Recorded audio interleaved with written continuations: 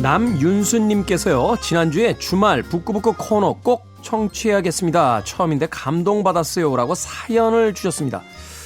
감동까지 드리는 코너죠. 북구북구 북튜버 이시안 씨, 북칼럼니스트 박사 씨와 함께합니다. 안녕하세요. 네, 안녕하세요. 네, 안녕하세요. 이거 정말로 되는 장사 같아요. 뭐예요? 우리는 그냥 웃고 떠드는데 듣는 사람은 감동을 받아. 이게 인풋과 아웃풋이 너무 차이가 나지 않습니까? 근데 정말 너무 이를테면 이득이 되는 장사라는 생각이 드네요. 아닙니다. 저는 철저히 계산되고 준비하고 열심히 노력하는 발언입니다. 웃고 떠드는 게 아니에요, 저는. 아이, 그렇게 노력을 하시더라도 그냥 얘기할 때는 그냥 웃고만 떠들었는데 이렇게 말씀하시는 게 더 있어 보입니다. 네, 사실은 그게 재능인 거죠. 말하자면 이제 옆 사람과 이야기를 나누듯이 책 이야기를 하는데 네. 그것이 또 누군가에게 책을 읽게 만드는 좋은 어떤 선한 영향력이 된다라면 그게 또 재능이 아닐까 하는 또 생각을 해보게 되는데 네. 그래서 오늘은 재능이 넘치는 한 남자에 대한 이야기를 잘 갖다 이렇게 붙이시네요. 연결하시네요. 소위 예전에 이제 할머니들 표현에 따르면 구렁이 담 넘어가듯이 그렇게 이어 붙였습니다. 자, 오늘 읽어볼 작품 범죄 소설인 재능 있는 리플입니다. 이 작품 아마 책으로 접하신 분들은 그렇게 많지는 않으실 것 같아요. 왜냐하면 상대적으로 영화가 너무 유명하기 때문에 맞아요. 네. 사실은 이제 원작이 있고 또 원작을 가지고 뮤지컬이나 이제 영화를 만들었을 때 사실은 이 원작에서 파생된 그 2차 가공품이라고 하죠. 뮤지컬이나 영화나 연극이 너무 유명해지면 네. 오히려 원작을 잘 안 보게 되는 것 같아요. 네. 그래서 제가 이번에 그 줄거리들을 좀 찾아봤거든요. 인터넷으로 네. 줄거리들을. 책의 줄거리와 전혀 다른 결말들을 이야기를 하고 있더라고요. 그렇죠. 네. 사실은 그건 책을 읽어봐야지만 알 수 있는 거예요. 그렇습니다. 네. 심지어는 이 책이 그 시리즈로 나와서 5권의 그 시리즈물이라는 맞아요. 것도 모르죠. 책을 봐야지만 하는. 왜냐면 영화는 1편에서 끝나버리거든요. 그렇죠. 더 이상의 이야기가 없을 것처럼 끝나버리는데. 자, 2번이나 영화됐던 이 재능 있는 리플리라는 원작 소설 오늘 읽어보도록 하겠습니다. 첫 번째로는 야랑드롱 주연의 태연 가득히 블랭 솔레이라고 하는 제목으로 영화됐었고 그 다음에 이제 리플리라고 하는 맷 데이먼이 주연을 맡았던 영화로 영화됐던 작품입니다. 원작 소설의 작가 패트리샤 하이스미스 어떤 작가인지 박사 씨께서 좀 소개를 해 주시죠. 네. 1921년에서 1995년까지 살았던 미국의 작가입니다. 이 범죄 소설과 심리 소설에서 아주 탁월한 작품을 썼어요. 네. 이 텍사스주 포트워스에서 태어나서 뉴욕에서 자랐고요. 이 바너드 대학에서 소설 창작과 극작법을 전공을 했습니다. 이 작가를 수식하는 말로는 불안의 시인, 서스펜스의 대가, 환생한 에드거 알렌 포 이런 말들이 있습니다. 마지막 비유는 좀 과하지 않습니까?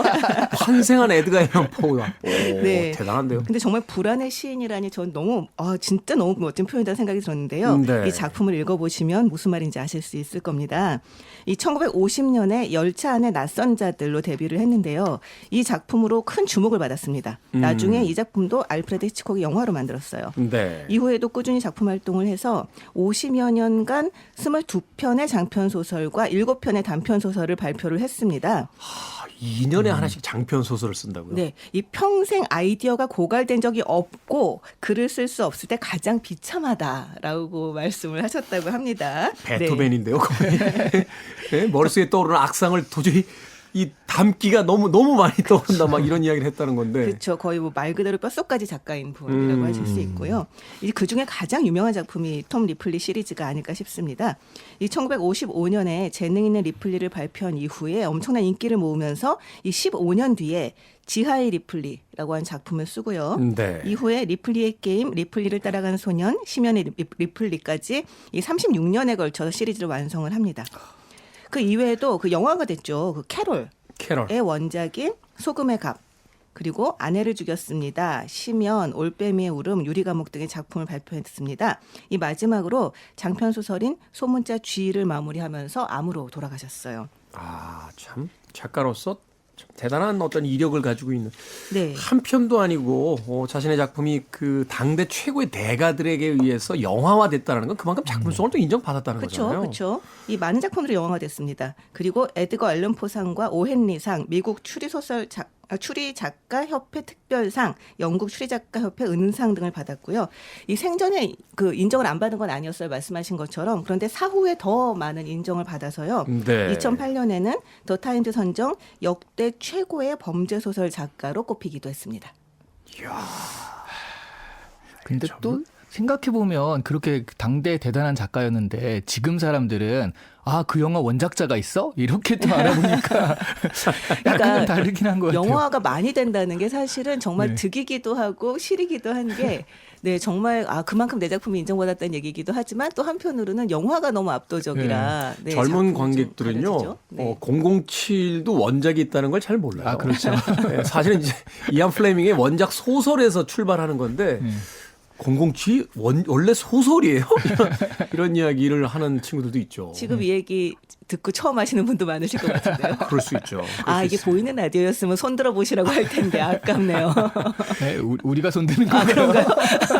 뭘 보인다고 생각하시는 그분들이 손 들면 우리가 볼 수 없는 건가요? 사실은 공평하지가 않아요. 쌍방향 보이는 라디오를 해야 돼요. 그렇죠, 사실은. 그렇죠. 예. 네. 저쪽에서 카메라 개방해줘야 우리도 카메라 개방해줘요. 그러면 그 1984에 나오는 빅브라더가 되는 그거네요.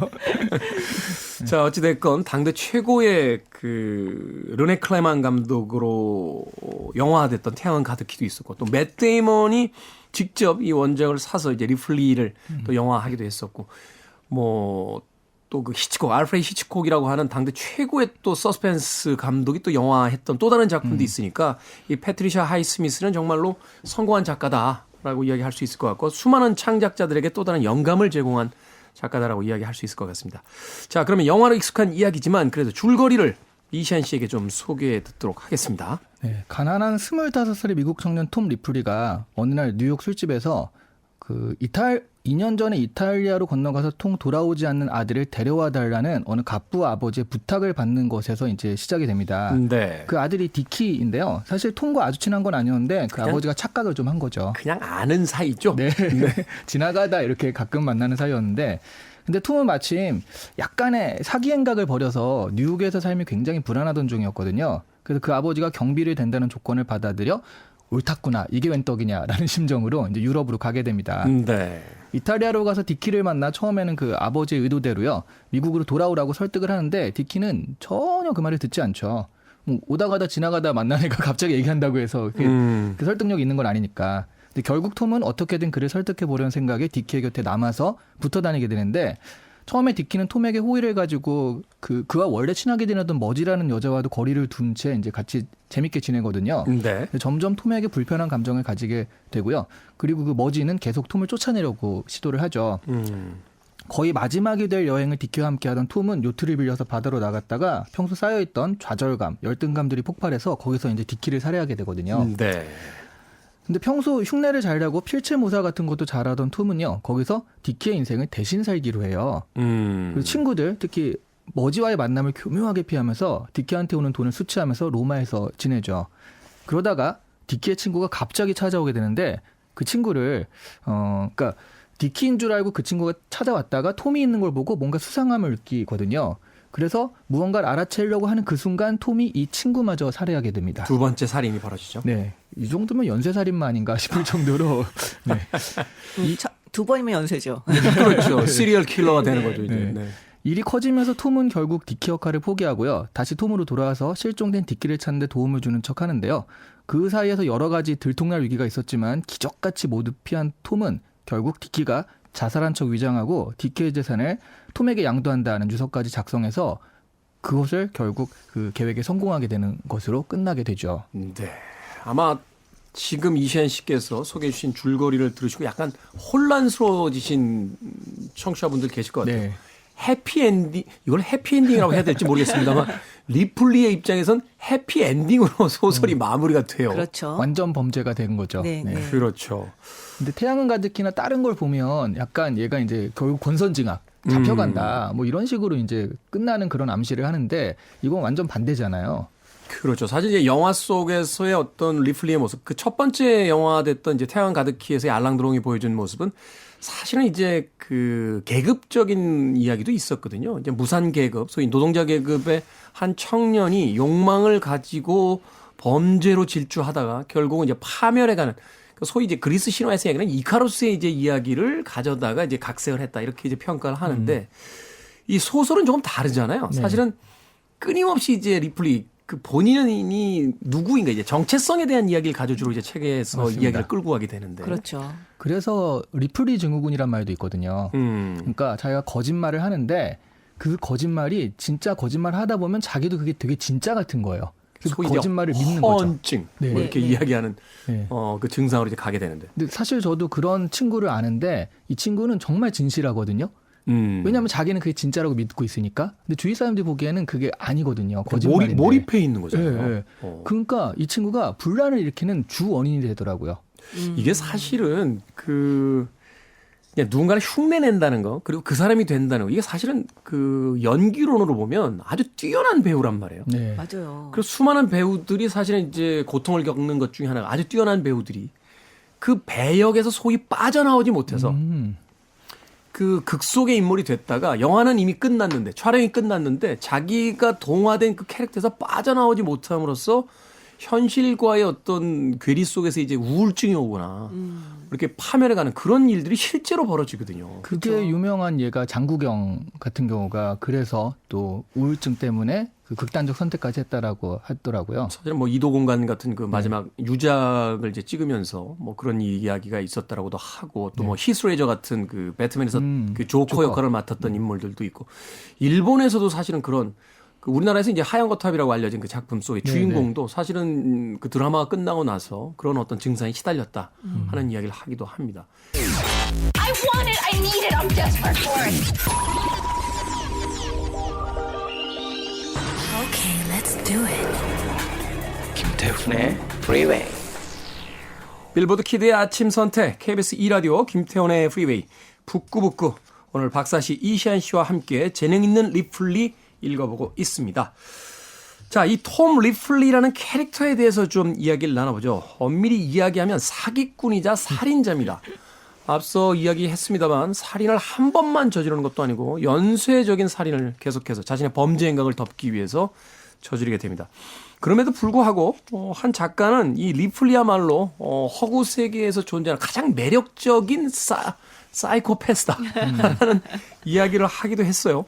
이 톰 리플리라는 캐릭터 어떤 점에서 우리가 끌리게 되고 많은 독자들이 그가 범죄 행각을 벌임에도 불구하고 사실은 이제 범죄자니까 책을 읽다 보면 이 사람 빨리 잡혀가야 되잖아요. 잡힐까봐 손에 그렇죠, 땀을 그렇죠. 쥐고. 손에 땀을 쥐면 그러니까 진짜 이게 굉장히 고자적 표현이잖아요. 손에 땀을 쥔다는 말이. 그러니까 아니 근데 정말 그렇습니다. 범죄자인데 잡히지 말았으면 좋겠거든요. 왜 이런 일들이 벌어지는 걸까요? 근데 저는 사실은 이 캐릭터의 매력을 별로 못 느낀 게 약간 너무 답답해서 이게 스스로 위험을 자초하는 일을 계속하잖아요. 네. 와서 여기서 지내라느니. 그러니까 좀 이게 자기가 잘못하면은 그 들통날 수 있는 것들인데도. 사실은 그 재산을 이렇게 갈취했으면 잠적해야 되는데 맞아요. 사교계로 나와요. 네. 제가 아니 미국으로 가든가, 근데 미국에서 삶이 싫으면 뭐 옆에 슬로바키아 같은 데 가 있든가. 프랑스로만 가도 되잖아요. 네. 근데 왜 굳이 이탈리아에서 굳이 여길 왔다 갔다 하면서 이 사람들과 만나가지고 이러는지 되게 답답해가지고요. 그런데 이런 거 있는 것 같아요. 정말 갑자기 뭐가 있을 때 말이 되게 거짓말을 꾸며내는 그 순발력. 그 훌륭하죠. 요즘으로 말하면 이제 문제 해결력이 뛰어난 인재. 이게 또 그렇게 갑니까?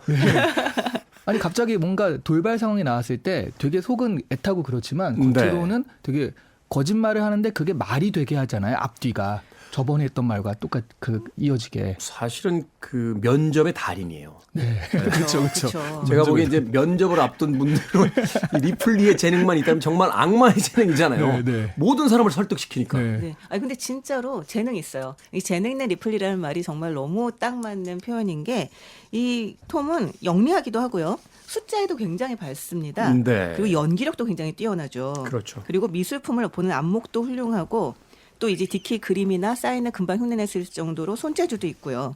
그래서 보다 보면 아 정말 이렇게 재능 있는 사람이 그 불우한 어린 시절을 보내고 기회를 얻지 못해서 이렇게 지리멸렬하게 살 수밖에 없었던 그 현실 자체가 되게 안쓰럽게 느껴지게 되거든요. 사실은 범죄 요소만 빼면 정말 자수성가형 인물이잖아요. 그렇죠. 그렇죠. 네. 그리고 리플리가 굉장히 매력적이라는 얘기를 듣는 이유가 이후에 그 이제 시리즈물에서 아주 그 빛을 발한다고 합니다. 그러니까 굉장히 그러니까 여기서는 아직 약간 불안해하기도 하고 좀 좌충우도하기도 하는데 나중에는 이제 이를테면 이 범죄형 인간의 이제 완성형이 이제 등장을 하는 거죠. 결혼도 하고요. 그 네. 미술 작품 위작도 만들고 네.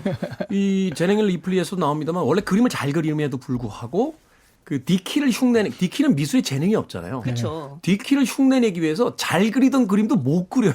그러니까 정말로 뭐라고 할까요? 그 배우로 따지면 몰입도 최고의.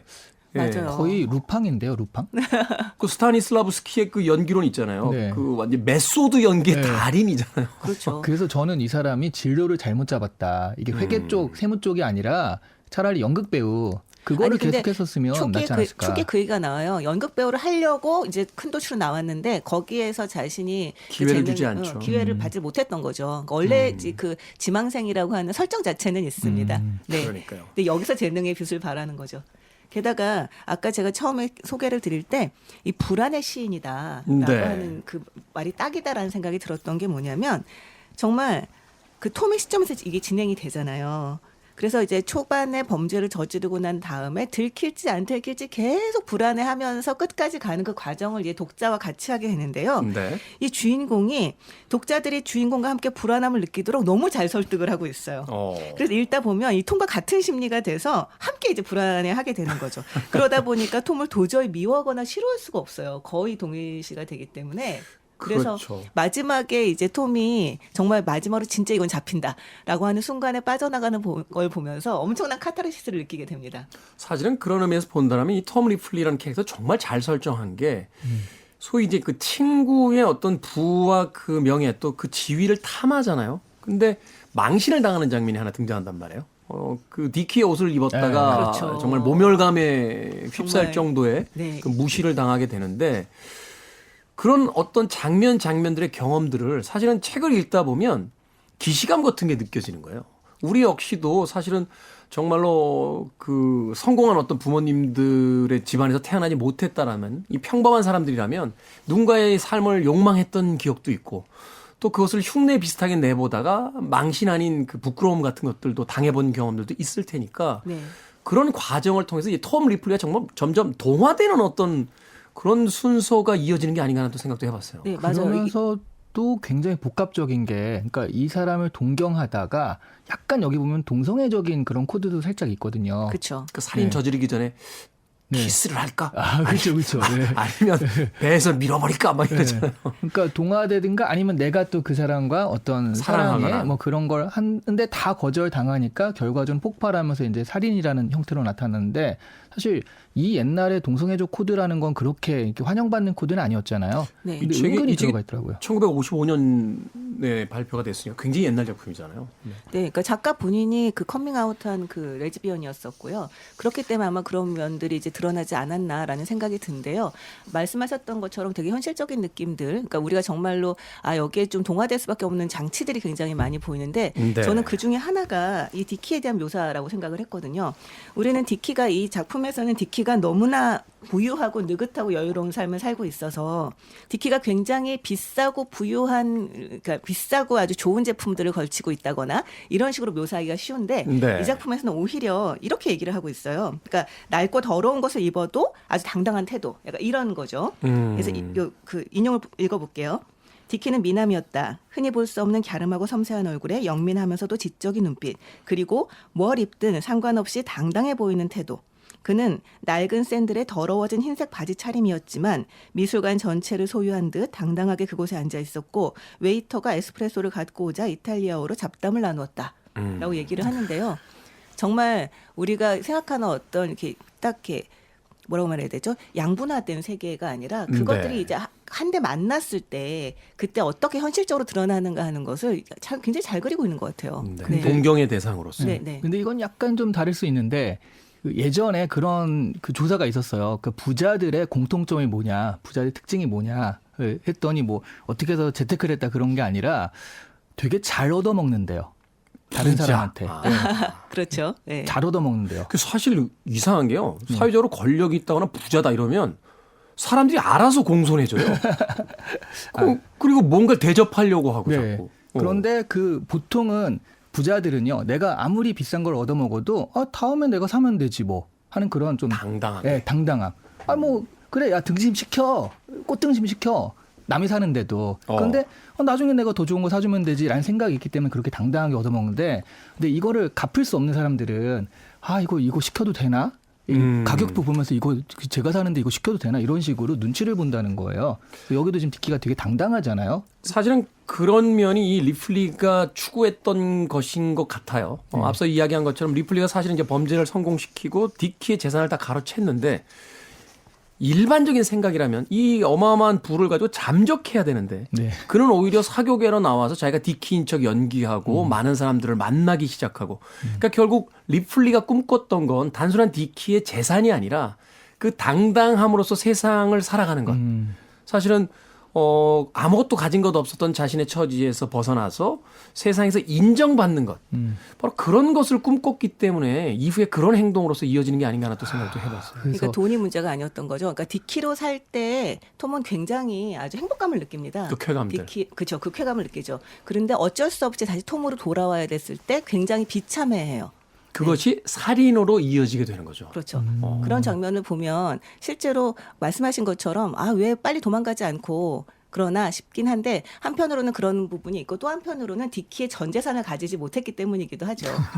맨 마지막에 이제 디키에게서 디키의 재산을 전부 나에게 이제 그 톰에게 이제 승계한다라고 하는 유서를 가짜 유서를 보면서 쓰죠. 끝나게 되는데 이제 그걸 받기 전까지는 또 그 근처에서 알찡거릴 수밖에 없는 또 면이 있었겠죠. 네. 저는 그 유서를 마지막에 이 유서를 보낼까 말까 고민하는 장면이 살짝 나오잖아요. 근데 그 유서를 보면서 얘 미친 거 아니야?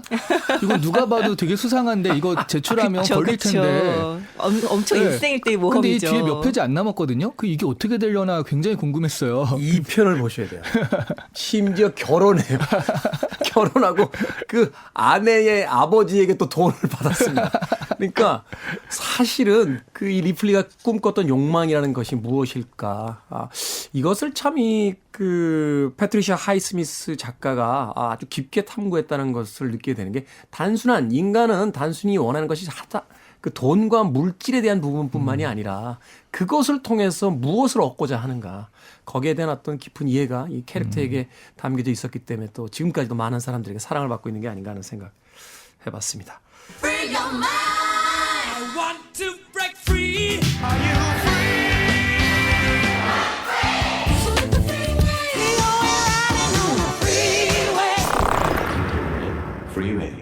빌보드 키드의 아침 선택, 김태훈의 프리웨이, 북칼럼니스트 박사 씨, 북튜버 이시안 씨와 함께 북구북구 오늘 재능 있는 리플리 읽어보고 있습니다.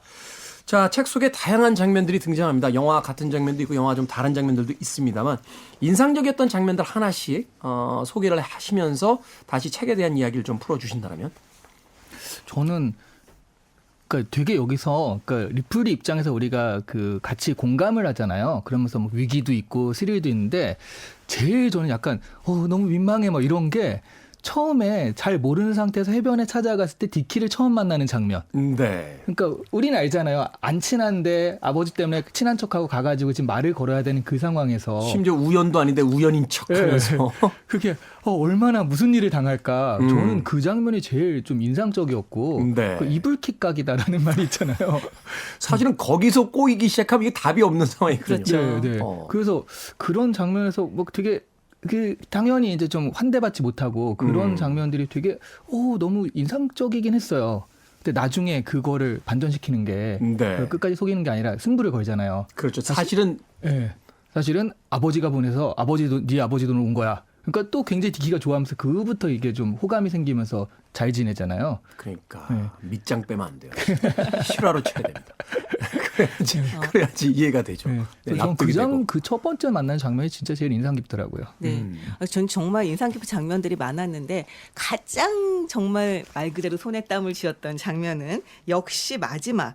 그러니까 톰이 모든 것이 다 밝혀졌을 것이다. 난 이제 감옥에 갈 것이다라고 거의 체념을 한 채 그리스 항구에 도착했을 때 그때가 가장 심하지 않았나라는 생각은 들어요. 네. 그러니까 배가 항구에 도착했을 때 선착장에 경찰 4명이 기다리고 있잖아요. 그렇죠. 나를 기다리고 있구나. 너무 기정사실화되어 있는 사실 같았는데 사실은 이 경찰들은 관심이 없었죠, 톰한테. 이 장면이 사실은 제일 이제 그 긴장했던 장면이긴 한데요. 가장 인상적이었던 장면을 꼽으라면 톰이 디키로 분장한 채 만났던 경찰들을 다시 톰으로 만나는 장면이 아니었을까라는 생각이 듭니다. 정말 대단한 배짱이죠. 엄청난 배짱이죠. 네. 야, 정말 여기서는 얼굴에 점 찍고 나타난다고 다들 속아주는 그런 세계관도 아니잖아요. 그러니까요. 네, 그렇죠. 점을 하나 찍어서 될 문제가 아니에요. 될 문제가 이게. 아니잖아요. 네, 근데 똑같은 얼굴을 하고 심지어 이 뭐 수술을 하거나 바꾼 것도 아닌데 말 그대로 태도, 말투, 표정, 손짓 이런 것들로 이 경찰 2명을 속여야 되는 상황에서 네. 정말 엄청난 연기력을 표현해서 보여서 결국은 그 위기를 넘어가잖아요. 그래서 저는 여기서 바로 점 찍고 나타나는 세계관이 나타났구나 생각을 했었는데. 근데 사실 그게 말은 되거든요. 이 경찰들은 어쨌든 굉장히 많은 사람들을 만나는 와중에 잠깐 만났던 사람인 거고 전에 디키를 만났을 때도 네. 톰도 약간 그런 상황이고 이 사람은 다른 사람이라는 걸 믿고 있는 상태에서 만났기 때문에 의심하기 어려운 면이 있었을 거라는 생각은 합니다만 이 톰의 입장에서 본다면 이건 정말 대단한 모험인데 그렇죠. 그걸 이제 강행을 하는 것. 이게 정말 이 캐릭터를 매력적으로 만드는 요소가 아닐까 하는 생각이 들었어요. 사실은 그런 의미에서 앞서서 뭐 궤도 루팡에 대한 이야기도 하셨습니다만 네. 그 범죄의 쾌감 같은 걸 느끼잖아요. 네. 사람을 속임으로써 어떤 만족감을 얻게 되는 그리고 자신이 창조한 인물이 남들에게 이제 통한다는 것에서 그 굉장히 큰 자부심 같은 걸 느끼게 되는 이제 표정을 바꾸는 부분들이 나오냐. 사실은 이제 리플리가 그 디키를 살해하기 전까지는 굉장히 그 자신 없어하고 평범하고 네. 어딘가에서 봐도 잊혀질 것 같은 그런 청춘의 모습이었다가 디키로 변신한 상황부터는 그의 어떤 태도와 표정, 뭐 사인이라든지 어떤 이제 외적인 것뿐만이 아니라 내면까지도 사실은 완벽하게 이제 꾸며내기 시작하니까. 네, 저는 진짜 이 작품이 감독 이 입장에서도 너무 영화로 하고 싶고 배우 입장에서도 너무 연기를 하고 싶은 그런 작품이 아니었을까라는 생각을 합니다. 사실 원작하고 비교해 보면 더 흡사한 거는 맷 데이먼이 주연을 맡은 리플리였거든요. 근데 리플리가 영화됐을 때 많은 평론가들이 안타깝게 생각한 건 전작의 주인공이 알랑드롱이었어요. 그러니까 압도적이네요. 알랑드롱을 보고 나서 맷 데이먼이 리플리 보는데 너무 못생긴 거예요. 이거 사실 맷 데이먼이 못생긴 사람이 아닌데 있죠. 네. 알랑드롱하고 비교하면 안 되죠. 이거 레오나르도 디카프리오가 했어야 되는데 그러면. 디카프리오도 지금 상태는 쉽지 않아요. 지금 상태는 쉽지 않죠. 리즈 시절에. 로미오와 줄리엣 시절이라면은 야 이제 디카프리오가 제2의 알랑드롱 이렇게 받아들일 수 있는데 네. 사실 그 많은 분들이 아마 포스터로 기억하실 거예요. 이 태양 가득히의 그 유명한 포스터 윗도리를 벗은 그 알랑드롱이 그 슬픔과 어떤 환희가 교차하고 있는 아주 묘한 눈빛으로 그 배에서 이렇게 키를 잡고 있는 이 장면의 그 포스터가 있는데 네. 정말 그 뭐라고 할까 당대의 어떤 여성들이 자기 방에다 다 그 포스터로 갖다 붙였던 사실 이제 유럽의 그 제임스 딘이었으니까. 근데 실제로 설정상 이 소설의 설정상 이 톰은 이렇게 잘생기면 안 됩니다. 그러니까요. 이게 눈에 띄면 안 돼요. 사실은 태양을 가득히를 보면 아니 저 인물로 디키보다 한 100만 배 더 잘생겼는데? 라고 생각하게 되잖아요. 그리고 어떻게 한 번 봤는데 잊혀지지 저 얼굴이? 그렇죠. 막 이런 설정인데 그렇죠. 그 모든 어색함을 그냥 인물로 뚫고 나가거든요. 대단합니다. 그리고 그 포스터도 그렇고 태양은 가득히란 제목도 너무 잘 어울리잖아요. 너무 잘 지었죠. 포스터랑. 네. 그래서 야, 근데 원래 태양은 가득히에 직역으로 하면 그 뜻이 아니래요. 그러니까 약간 되게 뜨거운 햇살, 장렬하는 태양 뭐 이런 정도. 그렇죠. 블랭 솔레이라고 돼 네. 있으니까. 그냥 굳이 얘기하면 땡볕 뭐 이런 정도인데. 느낌 안 온다.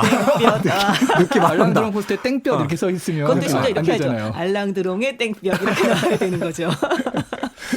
그렇죠. 바로 그런 장면들을 봤을 때 원작과는 맷 데이먼이 더 흡사하지만. 네. 근데 정말 캐릭터도 매력이 있지만 아까 그 이시안 씨가 왜 빨리 도망가지 않고 이렇게 돌아다니냐 그 얘기를 했었지만 저는 감독이 거기에서 정말 매력을 느끼지 않았을까. 유럽에 멋있는 도시는 다 가요. 다 가죠. 네, 멋있는 도시 다 가고 그 도시가 어떤 매력을 지니고 있는가도 다 얘기를 하고 있습니다.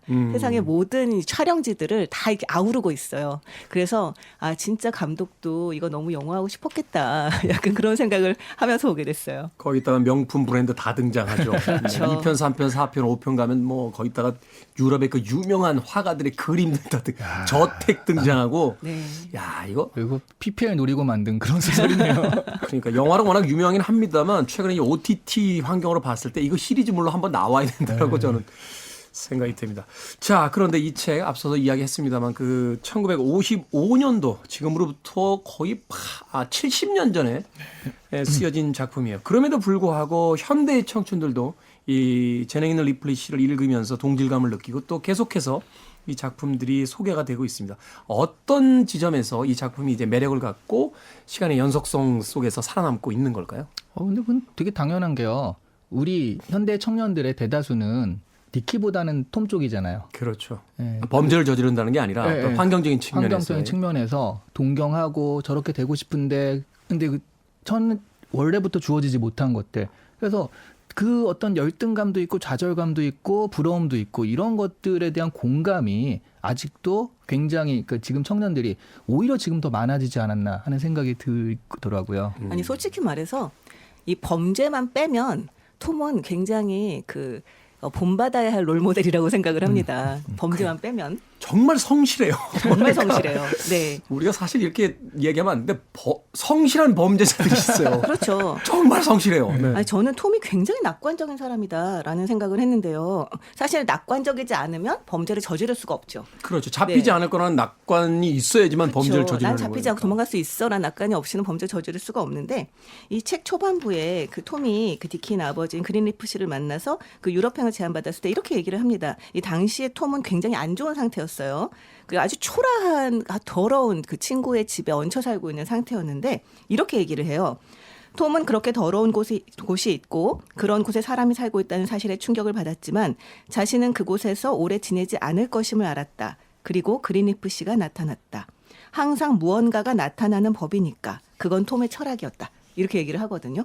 낙천적이네요. 네. 그리고 톰은 자신의 앞에 닥친 문제를 이제 하나하나 해결을 해나가는데요. 네. 아무리 절망스러워 보이는 상황에서도 절대로 포기하지 않습니다. 그러니까 불안해하지만 좌절하지 않아요. 좌절하지 않아요. 네. 정말 존경스러워요.